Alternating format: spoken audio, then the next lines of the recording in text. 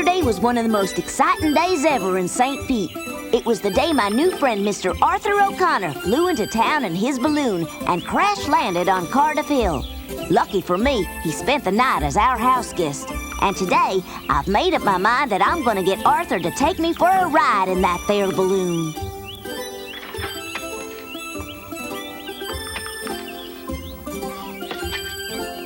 Morning, Miss Mary. Morning, Jim. Pardon me, Miss Mary, but is that fella still asleep? Who, Arthur? Yes'm, if that's the man that come flying into town in that contraption. I think he still may be asleep. He was really banged up when he landed, so it's a good thing he's resting comfortably. Oh, Jim, pick me some tomatoes and cucumbers. Right away.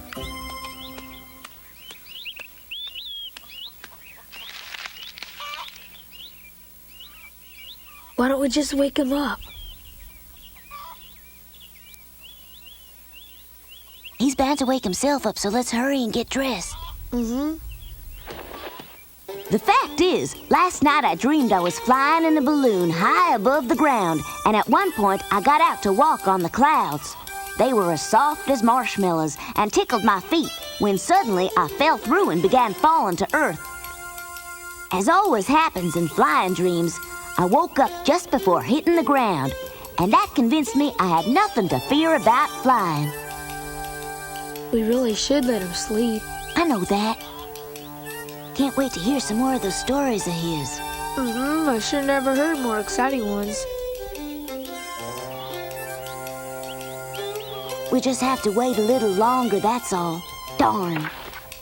Here you are, Miss Mary. Well, thank you very much, Jim. I think Mr. Arthur will really enjoy this. Ma'am? What? I don't know how to say this, but a lot of the people are saying that fella is the very devil himself. Why, that's unbelievable. Well, I don't believe it, ma'am, but that's what folks is saying. Well, he's not. Arthur is an engineer who designs balloons for the Army. That may be, ma'am, but he did come flying in from the sky, you know.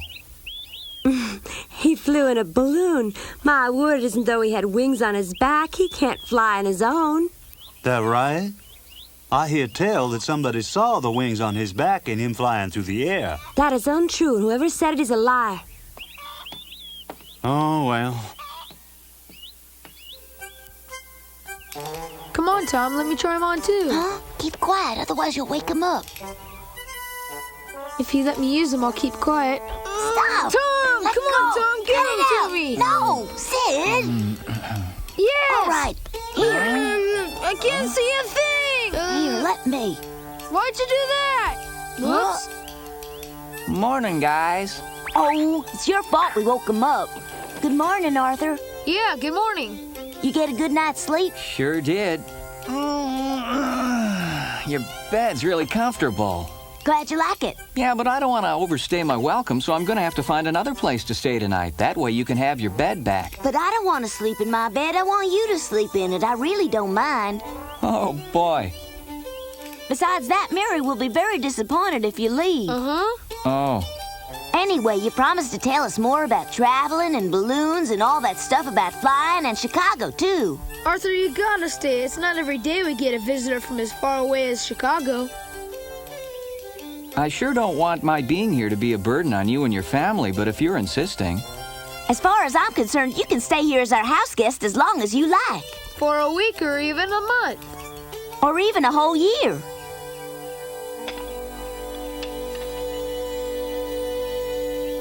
There you are.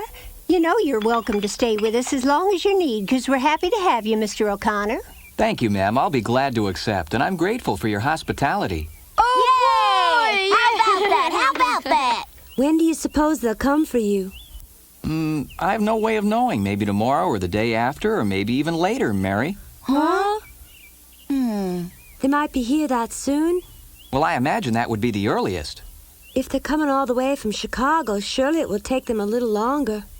Of course, you're probably right, but then again, I'm only guessing. I guess you must have sent for the Army to get the balloon, huh?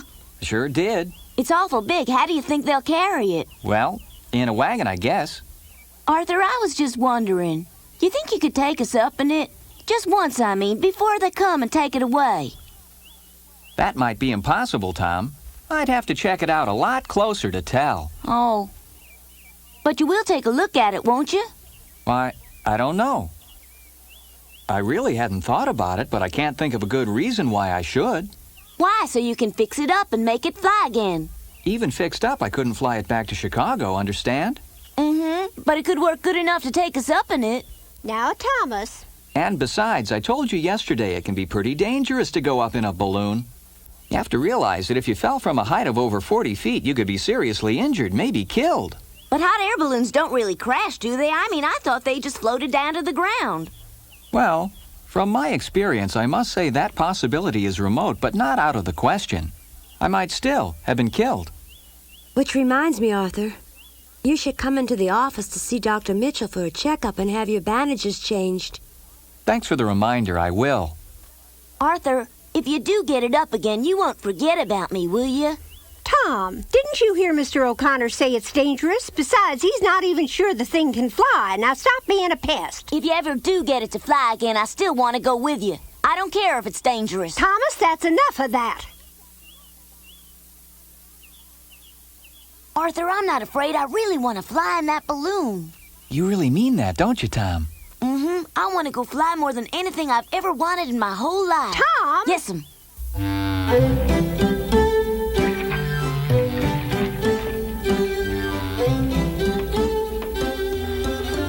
Do you really think you can get the balloon to fly again all by yourself?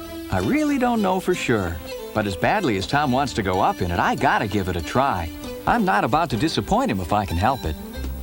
But once you're aloft, wouldn't the same thing happen as before? Wouldn't you be at the mercy of the winds, and there's no telling what direction you'd fly in? Not necessarily. That's one mistake I'll try not to let happen again. We wouldn't have met if you hadn't made that mistake. I never quite thought of it in that way. Well, I certainly have. Now that you mention it, we'd still be strangers if it hadn't have been for that wind. Oh, Arthur, wait a second. Are you headed for Dr. Mitchell's office right now? Oh, not exactly, Tom. As a matter of fact, I was just telling Mary I was thinking of going over to check out the balloon, Tom. Good idea. The sooner you get it fixed, the sooner we can go flying. Well, I'm not even sure it can be fixed, but I'm going to take a good look. But you gotta fix it, Arthur. You just gotta.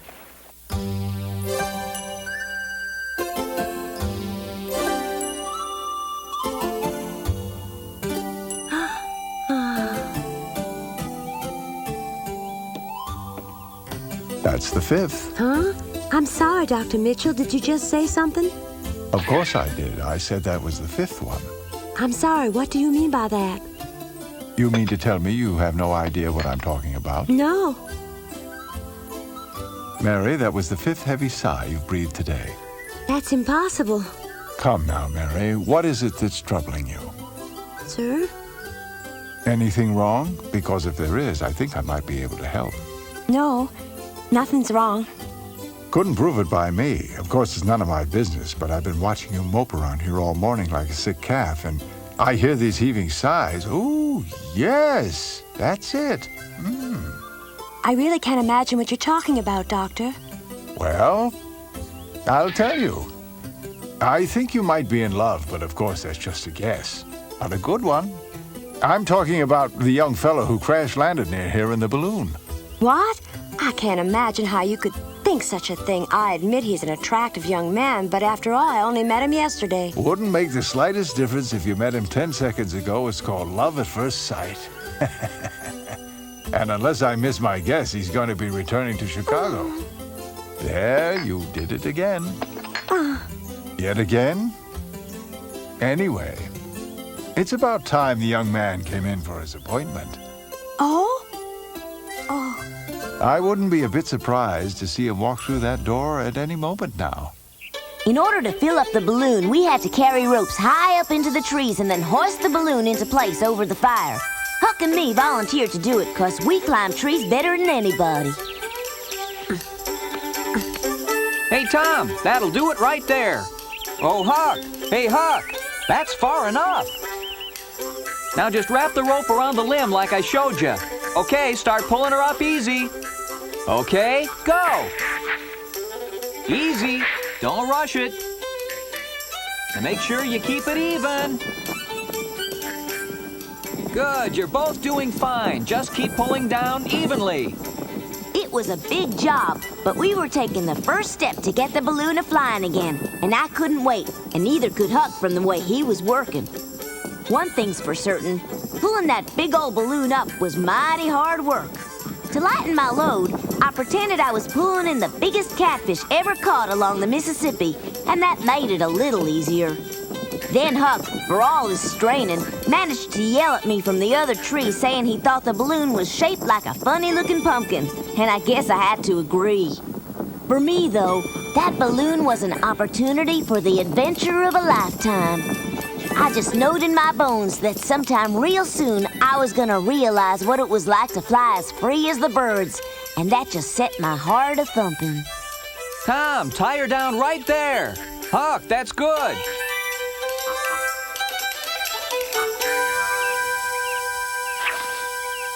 When you finish, come on down. Huck, be sure to make the knots good and tight. Well, we're ready to fix it. Yay!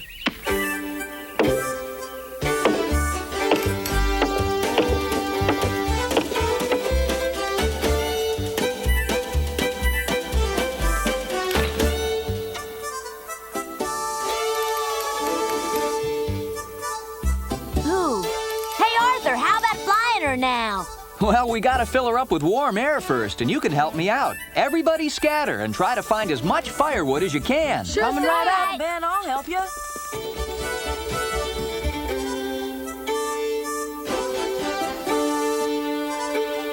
You're about to go up.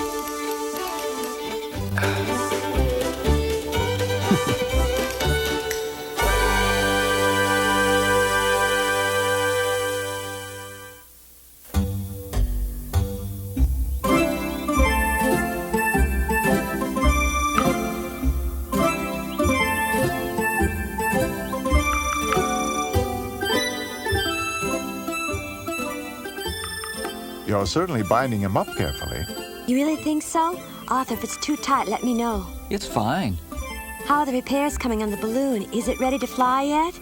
I can't tell yet. The kids just started a bonfire to fill the balloon up with some hot air. I would imagine they're all extremely eager to help. Especially since I'd promised I'd take them all up for a ride. There, that should do it. Dr. Mitchell, I'm finished bandaging. Well, let's take a look. That's fine. Well, thank you very much, Dr. Mitchell. I can't tell you how much I appreciate everything you've done for me since I landed here. Not so fast. I want to see you again tomorrow. That wound could still get infected. Right. Very well. Till tomorrow. Well, I guess I'll see you again tomorrow. I have to go back out to Cardiff Hill now. Good day. Take care. Mary, I don't think we're going to have any more patients today, so why don't you take the rest of the day off? Huh? Do it. I won't mind. He is going away soon, you know.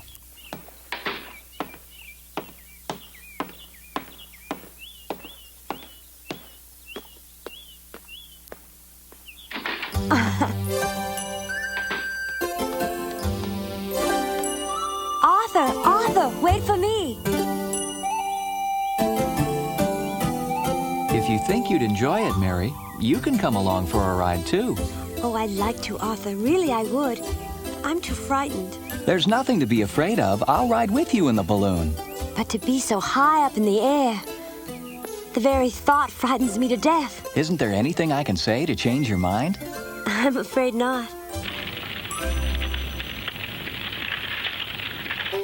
Hey, Huck, bring a couple more pieces of wood, will you? You got it, Tom.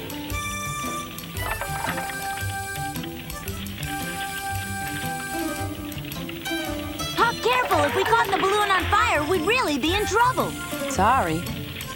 We want to fill the balloon with hot air so it can rise, but we don't want to burn it up. I don't get how that makes it fly. Physics, remember? Whatever that is.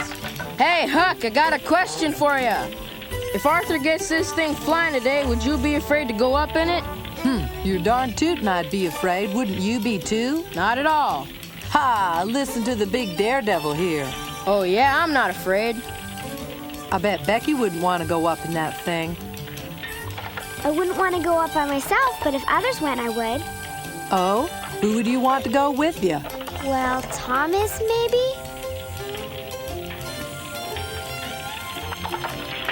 Ow! Phew, that was close. How many people do you figure can ride in this thing, Tom?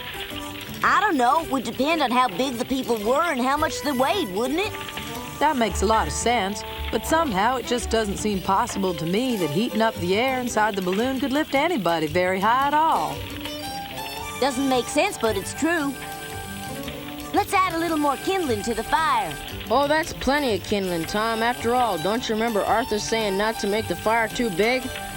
I'm not making it too big, and didn't Arthur put me in charge? Reckon that's true, Ben. Tom would be the last one to want anything to happen to it. You can bet the farm on that. Hey, look, everybody. Arthur's coming. Looks like your cousin's coming with him, Tom.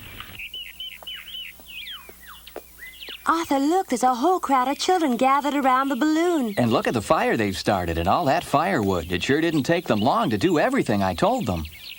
Isn't it wonderful? They all must have worked very hard to get everything ready so quickly. I've got to admit, it looks like the balloon is in very good shape. I'd better get on over there and tell them what to do next. Hey, everybody, how's it going? From the looks of things, you've all done a great job. Gee, thanks. That fire's just the right size. Pretty good, huh? How long before we get to take her up? Doesn't look like there are any leaks or holes. When I'm sure she's sound. But right now, it doesn't look like there'll be any problem at all. Well then, Arthur, let's take her up for a test run right now. Not so fast. Let's keep the fire going and the balloon inflated, and if everything works as well as it has so far, we might fly her tomorrow. What? We can fly tomorrow?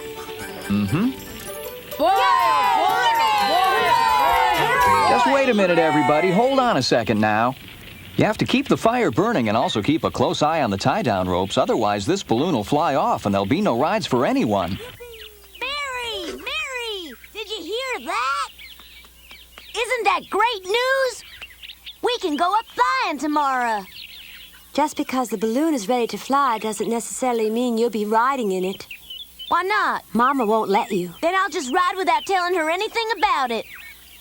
But I won't let you fly either. But why, Mary? You might be injured or killed. Arthur's going up in the balloon, too. Don't you care whether he gets killed or not? Don't worry, Mary. Good gosh, a balloon doesn't crash land like a rock. I know you're concerned about me, but I just gotta. I will not approve of your going up in that balloon. Huh? I don't want to hear any more about it. I don't care whether you approve or not. I'm going up anyway. You hear me? Now you listen to me, young man. Wait, Tom!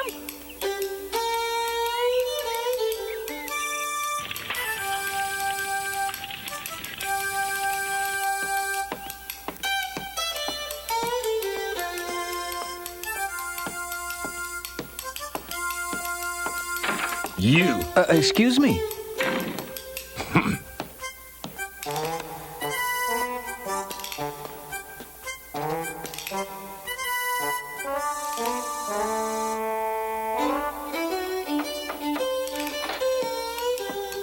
Ah, Mr. Connor. Come on in. I know it was a far piece. I appreciate you coming in so quickly. I came as soon as I got your message, Sheriff. What can I do for you? Well, sir, the reason I called you in is this. It's been brought to my attention you plan on flying your balloon tomorrow. I'd appreciate it if you'd reconsider. What's that? I'm asking you not to fly that balloon tomorrow. I want you to keep it tied down till the Army officials arrive to take it away. But why? What's wrong with flying the balloon? I'm ashamed to say it, but the fact of the matter is, well, the folks in St. Pete believe that flying's the work of the devil. That's ridiculous. Maybe so, Mr. O'Connor. But remember, St. Pete's a mighty small town, and the idea of a man flying around in the air is mighty hard for people to swallow, if you catch my drift. But I'm just a man like anyone else. Anybody can see that. Maybe not anybody. Truth of the matter is, folks around here aren't sure what you are, Mr. O'Connor. Nonsense.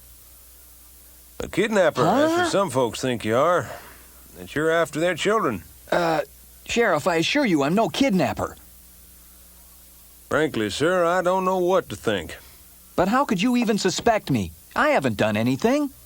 Well, didn't you tell a lot of the kids you'd take them up for a ride in the balloon?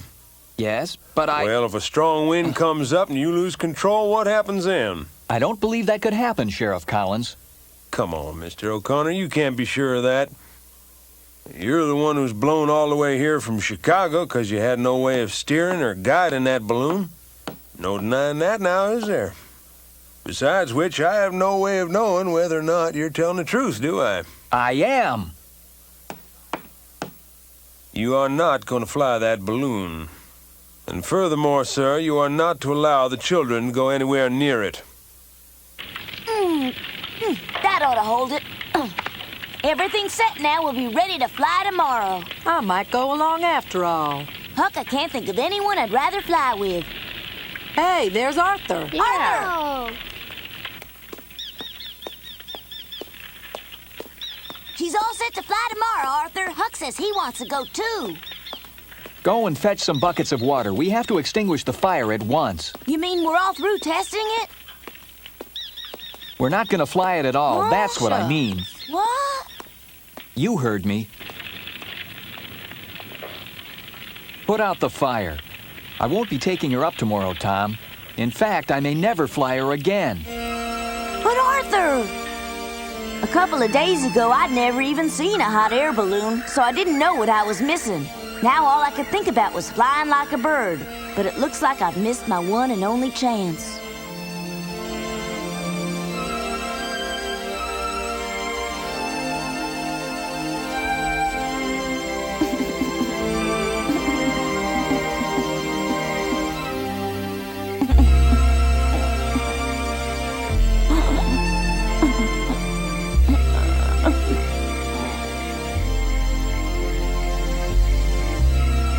I thought tomorrow I was gonna be soaring through the air, higher than the highest cloud. Instead, it looks like it's gonna be the lowest day of my life.